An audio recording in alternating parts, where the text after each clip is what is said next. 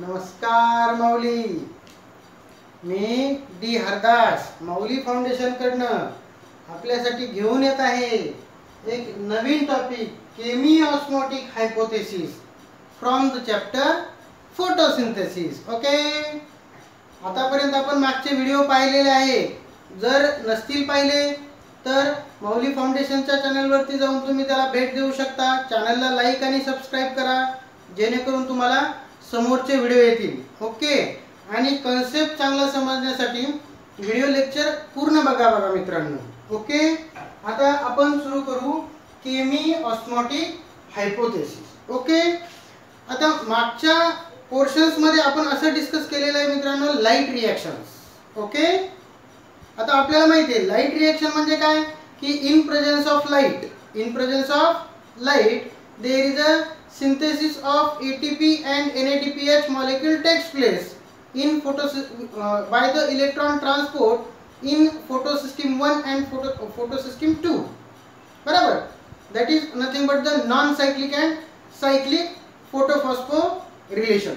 आता यामध्ये actual NADPH आणि actual ATP जे एनर्जी इंटरमिडिएट्स आहे कशाचे, लाईट रिएक्शन्सचे, ते ऍक्च्युअल कसे सिंथेसिस होतात, हा जो काही मेन पाथवे आहे त्या पाथवेला आपण म्हणतो केमी ऑस्मोटिक हायपोथेसिस. ओके, हा जो केमी ऑस्मोटिक हायपोथेसिस आहे it was first explain by the scientist Peter और doctor Peter Mitchell in 1961. Okay, this hypothesis, chemiosmotic hypothesis, gives an idea about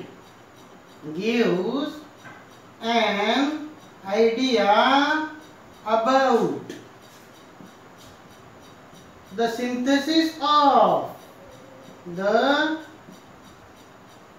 synthesis of energy intermediate, that is ATP and NADPH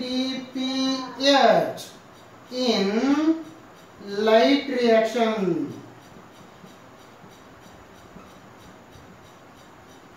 It means that in light reaction, when there is a electron transport take place from the photosystem 2 to the electron transport chain to the photosystem 1, and through this electron transport simultaneously photolysis of water takes place. Okay, within this process there is a synthesis of ATP molecule takes place. There is synthesis of ATP molecule synthesis, as well as NADPH molecule are also synthesized, and this ATP and NADPH are the product of this light reaction. These are the energy intermediates. Okay, these are the energy intermediates of the light reaction. म्हणजे जी काही आपली light reaction होते त्या light reactions मधले energy rich जे काही compound बनलेले आहेत लाईट रिएक्शनचे प्रोडक्ट ते ATP आणि NADPH. तर हे कसे बनतात, ऍक्च्युअली कुठल्या वेने फॉलो होतात, कशी प्रोसेस होती, ही जी काही सगळी प्रोसेस एक्सप्लेन केलेली आहे ती कशामध्ये, केमी ऑस्मोटिक हायपोथेसिस मध्ये. आणि सगळ्यात पहिलं कुठल्या सायंटिस्टने सांगितलेलं आहे, डॉक्टर पीटर मिचेल इन 1961.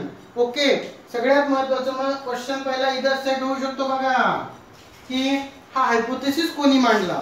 तर आपल्याला माहिती पाहिजे डॉक्टर पीटर मिचेल नावाच्या सायंटिस्टनं हा हायपोथेसिस मांडलेला आहे आणि याच्यामुळे त्यांना नोबेल प्राइज सुद्धा मिळालेलं आहे. ओके, मग चला आता आपण आपल्या हायपोथेसिस कडे पाहू.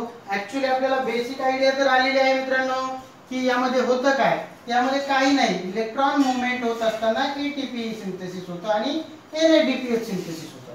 बरोबर. आता दुसरा कन्सेप्ट, ही प्रोसेस होते कुठं, लोकेशन.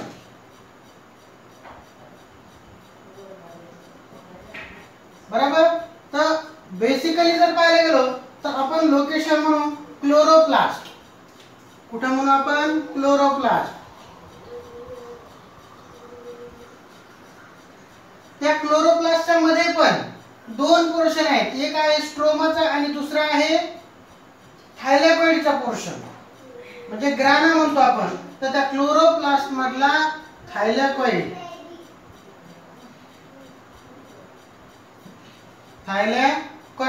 त्याच्या आतमध्ये होते, म्हणजे आपण काय म्हणू, थायलॅकॉइडच्या इनर मेम्ब्रेन मध्ये, इनर साइड ऑफ द थायलॅकॉइड. म्हणजे हे जे पोर्शन दिसतं आपल्याला, हे पोर्शन फक्त आता थायलॅकॉइड आहे, बरोबर. नंबर ऑफ ग्रॅनानं सॅक लाइक स्ट्रक्चर, स्टॅकिंग कॉइनचं जे स्ट्रक्चर बनलेलं होतं ना थायलॅकॉइड, तर हे थायलॅकॉइडचं स्ट्रक्चर आहे, जे कशामध्ये असणार आहे, स्ट्रोमा मध्ये असणार. कशामध्ये, स्ट्रोमा. आणि त्याच्यानंतर मग त्याला आपण म्हणू की पूर्ण कव्हरिंग असणार कोणाची, क्लोरोप्लास्टच्या मेम्ब्रेनची. ओके. तर हे जे डायग्राम दिसते, this diagram is just of the thylakoid, बरोबर. मग बघा आता ही प्रोसेस कुठे होते, मग करेक्ट आन्सर. जर तुम्हाला इथं पण क्वेश्चन सेट होऊ शकतो नीट साठी की बाबा ही प्रोसेस कुठे होते, द केमी ऑस्मोटिक हायपोथिसिस और chemiosmotic synthesis of ATP takes place in which part of the chloroplast. Direct असं जर विचारलं तर आपल्याला माहित पाहिजे थायलॅकॉइड. अजून जर डीप विचारलं तर जास्तीत जास्त काय जाऊ शकतं मग तिथं, ग्रॅना. ओके. तर थायलॅकॉइड is a correct option, थायलॅकॉइड is a correct option. Okay.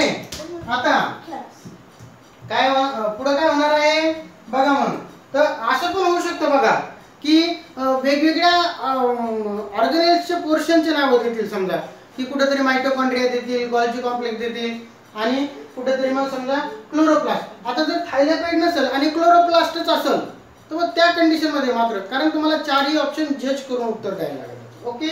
बघा मग आता हा थायलॅकॉइड. ओके. हा एक थायलॅकॉइडची डबल मेम्ब्रेन आहे बघा. Okay.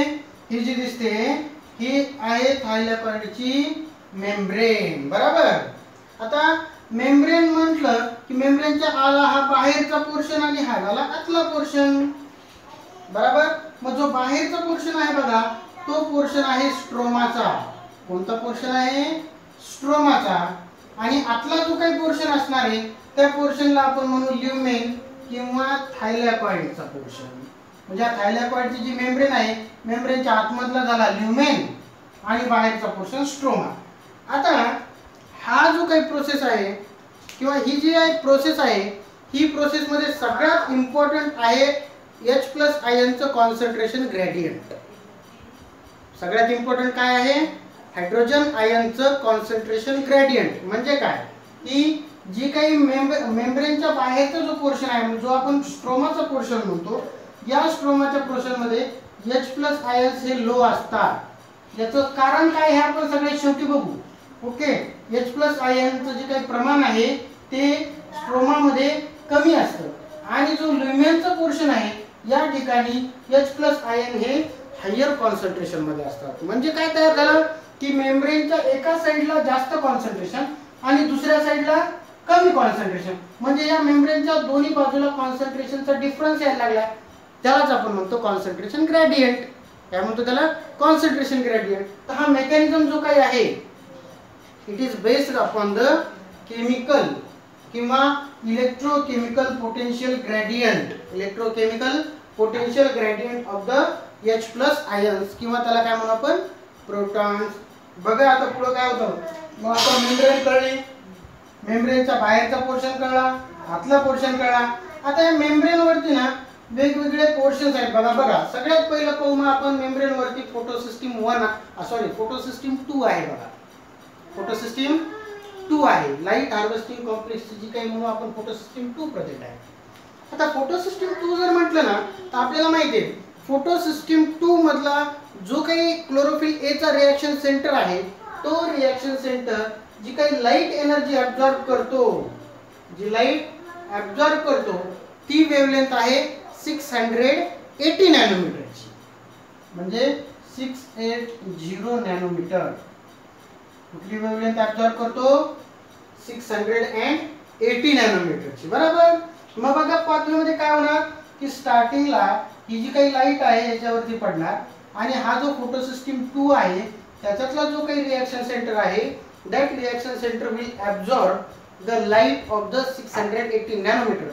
And what will happen? The photo excitation of the chlorophyll A molecule takes place. म्हणजे काय? Chlorophyll A molecule energy absorb केल्यानंतर एनर्जी रीच होणार आणि ग्राउंड स्टेटचा इलेक्ट्रॉन एक्साइटेड स्टेटला जाणार, त्याला आपण म्हणतो फोटो एक्साइटेशन. बरोबर. अशा पद्धतीने मग तिथून पुढे काय होणार? एकदा तो एक्साइट झाला की परत पुढच्या याच्यामध्ये तो डायरेक्ट तिथून निघून जाणार. डायरेक्ट तिथून काय करणार? तो निघून जाणार. बघा इथं जो काही इलेक्ट्रॉन आहे तो समोर चाललेला आहे. बरोबर. मग इलेक्ट्रॉन तिथून निघल्याच्या नंतर साहजिकच आपल्याला एक गोष्ट तर माहिती आहे, इलेक्ट्रॉन जर दिला तर पॉझिटिव्ह चार्ज येतो, घेतला तर निगेटिव्ह चार्ज येतो. आता या क्लोरोफिल मॉलिक्यूलने इलेक्ट्रॉन दिला म्हणजे त्याच्यावर कुठला चार्ज येणार आहे? पॉझिटिव्ह. म्हणजे तो बनतो कॅटायन.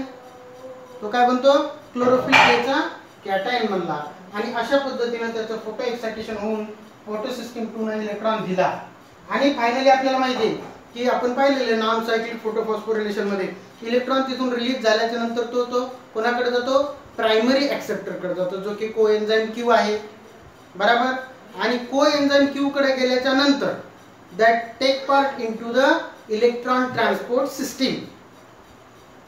तो कशामध्ये पार्टिसिपेट करतो? इलेक्ट्रॉन ट्रान्सपोर्ट सिस्टीम मध्ये पार्टिसिपेट करतो. मग बघा इलेक्ट्रॉन ट्रान्सपोर्ट सिस्टीम मध्ये मग वेगवेगळे एन्झाइम्स आहेत किंवा वेगवेगळे मेंबर आहेत. त्यापैकी सगळ्यात पहिला आहे आपला प्लास्टोक्विनोन. कुठला आहे? प्लास्टोक्विनोन. प्लास्टोक्विनोन. आता इथं काय होणार माहितीये का की हा प्लास्टोक्विनोन जो काय आहे तो प्लास्टोक्विनोन विल रिसीव 1 इलेक्ट्रॉन. हा जो काही इमिट झालेला निघलेला इलेक्ट्रॉन आहे that will be taken by this plastoquinone.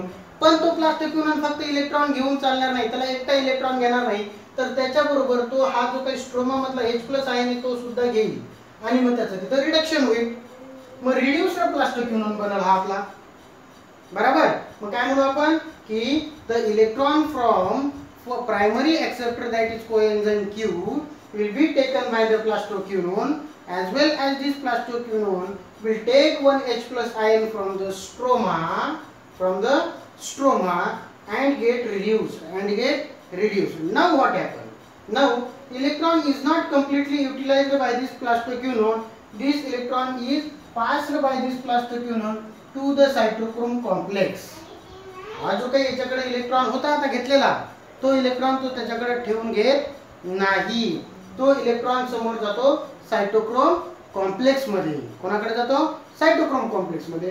आणि राहिला प्रश्न मग हायड्रोजनचा, तर एकटा हायड्रोजनही त्याच्याकडे राहत नाही. हायड्रोजन कुठे येतो? इथून आतमध्ये आपल्या ल्युमेन मध्ये रिलीज होतो. हायड्रोजन कुठे रिलीज होतो? नंतर ल्युमेन मध्ये येतो. अशा पद्धतीने परत प्लास्टोक्विनोन रेडी आणि परत काय होणार? मग दुसरा इलेक्ट्रॉन. अशा पद्धतीने ही सायकल चालूच राहणार.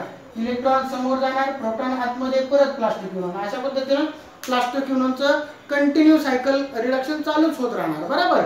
आता इलेक्ट्रॉन कोणाकडे आलेला आहे बघा, म्हणजे प्रोटॉन आपल्या इकडे सोडलेला आहे आपण ल्युमेन मध्ये आणि इलेक्ट्रॉन आपला आलेला आहे सायटोक्रोमच्या कॉम्प्लेक्स कडे. आता या सायटोक्रोम कॉम्प्लेक्स मध्ये वेगवेगळे सायटोक्रोम्स आहेत. त्याला कॉम्प्लेक्स काय म्हटलं? पहिली तर गोष्ट तिथं आहे सायटोक्रोम B6 एक आहे एन्झाइम आणि दुसरा आहे सायटोक्रोम F. त्यामुळे याला सायटोक्रोम BF म्हटलेलं आहे. बघा काय म्हटलेलं आहे? Cytochrome BF. ओके. आता काय होणार? Electron will be taken by very first of all cytochrome B6. From cytochrome B6 that electron will be transported to cytochrome F.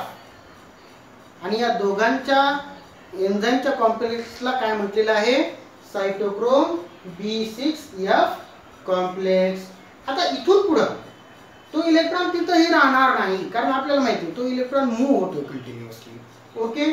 From this complex electron will get migrated to the plastocyanin. तो electron कोणाकडे आलेला आहे? पुढे प्लास्टोसायनिन म्हणून आपण.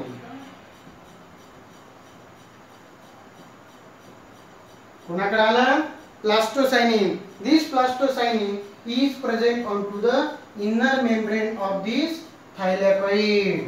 Inner membrane of this thylakoid. आता इथे काही एन्झाइम हे मेम्ब्रेन बाउंड आहेत, काही एन्झाइम हे मेम्ब्रेनच्या सरफेस वरती आहेत. मग काही एन्झाइम तुम्हाला मेम्ब्रेनच्या आतल्या सरफेस वरती दिसतील, काही बाहेरच्या सरफेस वरती दिसतील. ओके. तसं मेम्ब्रेनच्या इनर सरफेस वरती हा जो प्लास्टोसायनिन आहे that will receive electron and from this प्लास्टोसायनिन electron will get transported to the photosystem 1. तो इलेक्ट्रॉन कोणाकडे गेला आता? फोटोसिस्टम 1 कडे गेला. आता फोटोसिस्टम 1 चा जो काही लाईट हार्वेस्टिंग कॉम्प्लेक्स आहे त्याच्यातला जो काही आपण म्हणू रिएक्शन सेंटरचा क्लोरोफिल ए आहे, तो chlorophyll A G light absorb करतो त्याची वेव्हलेंथ आहे 700 नॅनोमीटर. किती? 700 नॅनोमीटर. म्हणजे एक तर हा पण इलेक्ट्रॉन आलेला आहे त्याच्याकडे आणि हा या कॉम्प्लेक्सचं जे काही रिएक्शन क्षेत्र आहे ते परत अजून काय करणार 700 नॅनोमीटर 700 नॅनोमीटर ची वेव्हलेंथ काय करणार परत अजून ऍब्सॉर्ब करणार. आता याने परत तेवढी एनर्जी जी काही वेव्हलेंथ ऍब्सॉर्ब केली परत तिथलचा रिएक्शन सेंटरचा जो काही P700 चा जो काही क्लोरोफिल ए मॉलिक्यूल आहे तो परत एक्साइट होणार, म्हणजे ग्राउंड स्टेटचा परत एक्साइटेड स्टेटला जाणार. आता मी ते नाही सांगत, मागच्या लेक्चर्स मध्ये आहे बघा फोटो एक्साइटेशन सांगितलेले, जर नाही कळलं तर ते रेफर करा तुम्ही लेक्चर. ओके. आता काय होणार की परत तो काय होणार मग एक्साइटेड स्टेटला जाणार आणि परत तिथून निघणार, म्हणजे परत इजेक्ट झाला तिथून आणि तिथून परत तो काय करणार फोटोसिस्टम 1 च्या प्रायमरी एक्सेप्टर कडे जाणार, प्रायमरी इलेक्ट्रॉन एक्सेप्टर. आता तो कोण आहे? FRX, फेरेडॉक्सिन रिड्युसिंग सबस्टन्स आहे. कोण आहे? फेरेडॉक्सिन रिड्युसिंग सबस्टन्स, FRS म्हणतो आपण त्याला. बरोबर. FRS काय करणार माहिती का त्याला की FRS कडे गेला की FRS पाठवणार त्याला फेरेडॉक्सिन कडे. कोणाकडे पाठवणार? फेरेडॉक्सिन कडे. आता फेरेडॉक्सिन नावाचा जो काही एन्झाइम आहे मित्रांनो, हा एन्झाइम आहे मेम्ब्रेनच्या बाहेरच्या सरफेस वरती. कुठं प्रेझेंट आहे? जसं प्लास्टोसायनिन आपल्याला इनर मेम्ब्रेनच्या सरफेस वरती होता, तसं फेरेडॉक्सिन जो काही आहे तो प्रेझेंट दिसतो आपल्याला कुठं आउटर मेम्ब्रेनच्या सरफेस वरती आहे. आणि तिथंच अजून एक एन्झाइम प्रेझेंट असतो बघा आपला, कुठला? NADP reductase. कुठला एन्झाइम आपण म्हणू? NADP रिडक्टेज किंवा आपण म्हणू फेरेडॉक्सिन NADP रिडक्टेज. बघा मग इथं एन्झाइम असणार NADP रिडक्टेज. कुठला एन्झाइम असणार? NADP reductase enzyme. आता हा एन्झाइम काय करणार? फायनली जो काय आलेला एक इलेक्ट्रॉन आहे तो इलेक्ट्रॉन घेणार आणि एक प्रोटॉन घेणार. एक प्रोटॉन म्हणजे एक इलेक्ट्रॉन आणि एक H+ आयन. आता H+ आयन कुठे आहे म्हणजे फायनली इकडे बघा, आता आपला इलेक्ट्रॉन कुठे आलेला आहे? या थायलॅकॉइडच्या बाहेर आलेला आहे. कुठे आलेला आहे आपला इलेक्ट्रॉन? थायलॅकॉइडच्या आता बाहेर आलेला आहे. मग बाहेर आल्याच्या नंतर हा एन्झाइम एक इलेक्ट्रॉन आणि स्ट्रोमा मधलाच एक प्रोटॉन. बघा म्हणजे इथून एक प्रोटॉन कमी झाला स्ट्रोमातला आणि इथं पण एक प्रोटॉन काय झाला स्ट्रोमा मधला कमी झाला. तर हा स्ट्रोमातला जो काही तो प्रोटॉन आहे तो प्रोटॉन काय करणार? युटिलाइज करणार. काय करणार? तो युटिलाइज करणार. And finally NADP will get reduced to NADPH. आता इथं एक गोष्ट खूप महत्त्वाची लक्षात ठेवायची, इथं NADPH2 म्हणायचं नाही. त्याचं कारण काय? इथं एकच प्रोटॉन युटिलाइज होतो, दोन होत नाही. आणि इथं वॉटरचं फोटोलायसिस आता कोरिलेट करू आपण त्याला, इथं तर दोन प्रोटॉन रिलीज होतात आपल्याकडनं, पण एक जो काही आहे H+ आयन जशाला तसा राहतो. म्हणून इथं आपण लिहिले NADPH+, H+ आयन. बरोबर. अशा पद्धतीने आता आपला इथं काय बनला? एक एनर्जी इंटरमिडिएट बनला, जेणेकरून आपला electron photosystem 1 electron transport chain photosystem 2 ferredoxin आणि फायनली रिड्यूस NADPH आपला बनलेला आहे. आता सायमल्टेनियसली हा जो काही फोटोसिस्टम आहे याच्याकडं वॉटर स्प्लिटिंग कॉम्प्लेक्स आहे बघा. काय आहे त्याच्याकडं? PS2 म्हणू आपण. फोटोसिस्टम 2 PS2 याच्याकडे काय आहे? Water splitting complex. बरोबर. हा वॉटर स्प्लिटिंग कॉम्प्लेक्स काय करणार? सायमल्टेनियसली जशी फोटोसिस्टम 2 मध्ये एनर्जी ऍब्सॉर्ब केली असा कॉम्प्लेक्स फोटोसिस्टम 1 मध्ये नाही. हा डिफरन्शिएटिंग पॉइंट खूप महत्त्वाचा आहे. तर हा कॉम्प्लेक्स काय करणार? या वॉटर मॉलिक्यूलचं ब्रेकडाऊन करणार. काय करणार? त्या वॉटर मॉलिक्यूलचं ब्रेकडाऊन करणार. Now this water molecule will get splitted. Okay. Oxygen will be separated. आणि आता हा जो काही ऑक्सिजन आहे हा आपला फोटोसिंथेसिसचा एक प्रोडक्ट आपल्याला बनलेला आहे. दोन वॉटर मॉलिक्यूल स्प्लिट झाले, एक ऑक्सिजनचा मॉलिक्यूल बनणार. बरोबर. सायमल्टेनियसली काय बनणार त्याच्यापासून आपल्याला इलेक्ट्रॉन बनणार. काय बनणार? इलेक्ट्रॉन. आणि जो काही बनलेला इलेक्ट्रॉन आहे तो फोटोसिस्टीम 2 मध्ये एंट्री करणार. आणि जो काही कॅटायन बनलेला होता अगोदर, आता तो कॅटायन न बनता ते जी काही कमतरता होती ती भरून काढली जाणार. कारण प्रश्न असा येतो की फोटोसिस्टीम 2 ला इलेक्ट्रॉन येतील कुठून? एक इलेक्ट्रॉन त्याच्यातून गेल्याच्या नंतर दुसरा इलेक्ट्रॉन हा वॉटर पासून येतो. कोणापासून येतो? वॉटर पासून. तर असा पण क्वेश्चन सेट होऊ शकतो की from where electron is received by the or electron gain by the photosystem 2. एक इलेक्ट्रॉन गेल्याच्या नंतर, तर एक इलेक्ट्रॉन गेल्याच्या नंतर या वॉटर पासून त्याला दुसरा इलेक्ट्रॉन येतो. कारण फोटोलिसिस झाल्याच्या नंतर जे इलेक्ट्रॉन, पण एक गोष्ट लक्षात ठेवा की 2 इलेक्ट्रॉन रिलीज होतात तिथं. तर ऍट अ टाइम हा 2 इलेक्ट्रॉन घेत नाही. ऍट अ टाइम एक एकच इलेक्ट्रॉन, या चेन मधनं एक एकच इलेक्ट्रॉन ऍट अ टाइम पुढे जातो. 2 इलेक्ट्रॉन जात नाही. इलेक्ट्रॉन किती असू द्या, एक एकच इलेक्ट्रॉन समोर जाणार. ओके. नंबर ऑफ इलेक्ट्रॉन किती याला काही मतलब नाही, फक्त जाणार किती, एक एकच इलेक्ट्रॉन पुढे जाणार. ओके. मग अशा पद्धतीने ऑक्सिजनचा हिशोब लागला, इलेक्ट्रॉनचा हिशोब लागला. ओके. राहिला आता प्रोटॉन.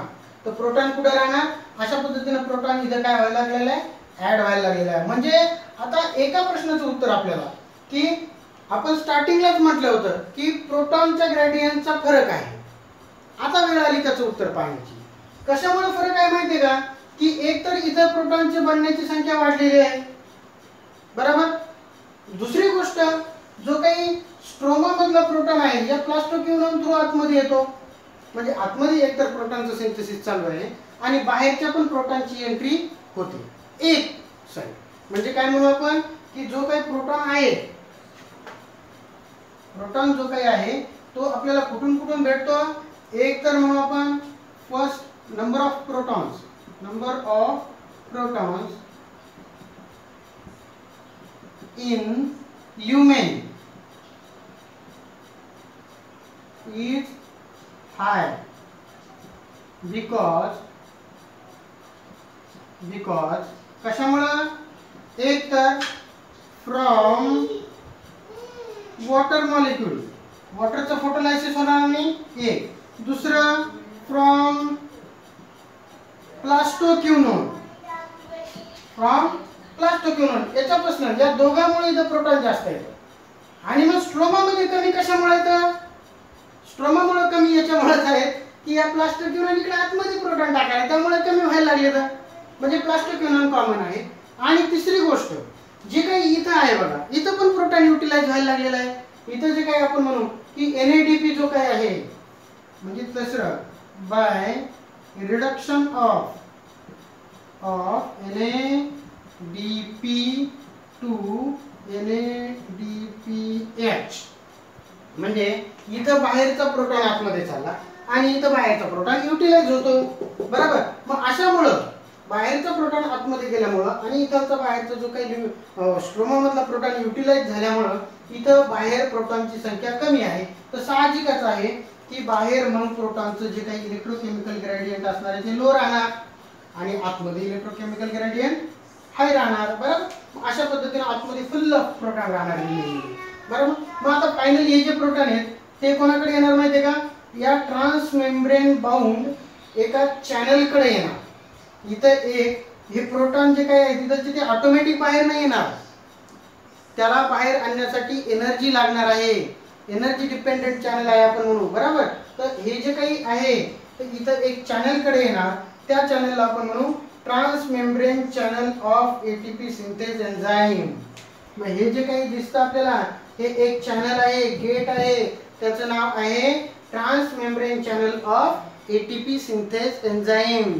म्हणजे याच्यामध्ये ATP सिंथेस एन्झाइम आहे, जो जसा इथे NADP रिडक्टेज एन्झाइम होता किंवा त्याच एन्झाइमला आपण NADPH सिंथेटेज किंवा सिंथेज सुद्धा म्हणू शकतो, बरोबर. तसंच इथे ATP सिंथेज नावाचं एन्झाइम आहे. तर हे चॅनल 2 पोर्शन मध्ये डिवाइड झालेले आहे. एक म्हणजे CF0 किंवा F0, म्हणजे F0 आणि F1 अशा 2 पोर्शन मध्ये डिवाइड झालेले आहे. F0 आणि F1. त्याच्यापैकी जे C स्टँड फॉर क्लोरोप्लास्ट, कारण सेम चॅनल आपल्याला रेस्पिरेशन चॅप्टर मध्ये माइटोकॉन्ड्रिया मध्ये पण दिसतं बघा, F0 आणि F1. तसंच इथं सेम चॅनल F0 आणि F1 आहे. पण इथं C कशामुळे लावला आपण? Because of the chloroplast. हे क्लोरोप्लास्टला चॅनल असल्यामुळे सी लावलेले म्हणजे CF0 आणि CF1. मग हा प्रोटॉन जो काय स्टार्टिंगला CF0 कडे येणार आणि फायनली CF1 कडे प्रोटॉन येऊन ATP सिंथेज नावाचा जो काही एन्झाइम आहे with the help of proton आणि ADP plus inorganic phosphate, ADP plus inorganic phosphate याच्या मदतीने ATP सिंथेसिस करणार. झाले का आता आपली ATP सिंथेसिस? म्हणजे केमिकल ग्रेडियंट जो काही होता हा केमिकल ग्रेडियंटचा डिफरन्स जो काही आहे या डिफरन्सचा वापर करून जो काही आतला प्रोटॉन आपण या चॅनल मधनं बाहेर काढला आणि या बाहेर होतानाच्या प्रोसेस मध्ये ADP plus inorganic phosphate mix होऊन काय बनली ATP. हा ATP जो काही आहे आपला सेकंड एनर्जी इंटरमिडिएट आहे या लाईट रिएक्शन्सचा. अशा पद्धतीने आपण काय केलं NADPH आणि ATP बनवलं. तर ही जी काही ATP बनवण्याची प्रोसेस आहे by using this high and low electrochemical gradient of the H+ ion is called as chemiosmotic hypothesis. Is called as chemiosmotic hypothesis. परत एकदा फास्ट बघा. आता काही डोकं लावायची गरज नाही, एकदम सोपं आहे बघा. पटकन लाईट रेडिएशन याच्यावर पडणार फोटो सिस्टम 2 वरती. Light radiation when light radiation fall onto this photosystem 2, the reaction sector is get activated and because of the energy of absorption electron get migrated into the excited state. Okay, and photo excitation of electron takes place and electron is ejected from the valence shell. Okay, that electron is taken by the primary acceptor, that is coenzyme Q, and it is get migrated to the plastoquinone. This plastoquinone receive one electron with H+ ion of this stroma, get reduced and transfer this to the complex of the cytochrome enzyme B6 and F, as well as it transfer the proton into this human. The electron from the cytochrome complex is migrated to the plastocyanin and from plastocyanin photosystem 1. Again photosystem 1 will absorb the light energy of the 700 nanometer. Again there will be photo excitation of electron takes place. Okay, now that after excitation electron will be emitted and received by the primary acceptor called as a ferredoxin reducing substance. That will get that will send the electron to the ferredoxin and finally it is reduced by the outer membrane bound enzyme NADP reductase, and finally with the help of this proton NADP is reduced to the NADPH. इथं question set होऊ शकतो की NADP मेम्ब्रेनच्या बाहेर आहे का आतमध्ये आहे, प्लास्टोसायनिन मेम्ब्रेनच्या आतमध्ये आहे का बाहेर आहे. तर NADP हा मेम्ब्रेनच्या बाहेर आहे पण मेम्ब्रेन मध्ये आहे, हा काय बाहेर. हा जो काही आहे प्लास्टोक्विनोन हा मेम्ब्रेन मध्ये आहे, मेम्ब्रेन बाउंड आहे हा. ओके, आता अशा पद्धतीने एक बनला. दुसरं सायमल्टेनियसली काय झालं की जो काही आपण म्हणून वॉटर स्प्लिटिंग कॉम्प्लेक्स आहे त्याने वॉटरला स्प्लिट केलं आणि ऑक्सिजन रिलीज झाला. इलेक्ट्रॉन होता जो फोटो सिस्टम 2 ने घेतला आणि फायनली एक प्रोटॉन होता, हा प्रोटॉन कुठे झाला ल्युमेन मध्ये रिलीज झाला. आता हे सगळे नंबर ऑफ प्रोटॉन कुठे आले आपल्या ह्या ट्रान्स मेम्ब्रेन चॅनल कडे आले आणि ट्रान्स मेम्ब्रेन चॅनलने काय केलं मग त्याच्या F0 आणि F1 असे दोन पोर्शन आहेत. तर CF1 आणि CF0 आणि CF1. तर CF0 कडनं फायनली CF1 कडे आला, त्याच्याकडे आहे ATP सिंथेज. मग with the help of ATP synthase and H+ ion ADP plus inorganic phosphate is get converted into the ATP, and in this way by using this electrochemical gradient ATP is synthesized and this is called as a chemiosmotic hypothesis. खूप सोपा point आहे, मजेशीर आहे, interesting आहे. अपेक्षा करतो कळला असेल. ओके, क्वेश्चन्स बघा, भरपूर सारे क्वेश्चन्स विचारले जाऊ शकतात. कुठलाही पॉइंट परफेक्ट करा, अर्ध करू नका. हा सेम पोर्शन जो काय आहे 1-2 वेगळ्या वेगळ्या पुस्तकातनं वाचा, रेफरन्स बुक मधनं वाचा आणि नंतर क्वेश्चन सॉल्व करा. ही प्रॅक्टिस बदलू नका, या प्रॅक्टिसचा रिझल्ट आहे. ओके, आणि इतकं करून जर काही क्वेश्चन्स आले तर कम्युनिकेट करा. ओके, आणि समोरचे व्हिडिओ येण्यासाठी चॅनलला लाईक आणि सबस्क्राईब करा. Okay, thank you.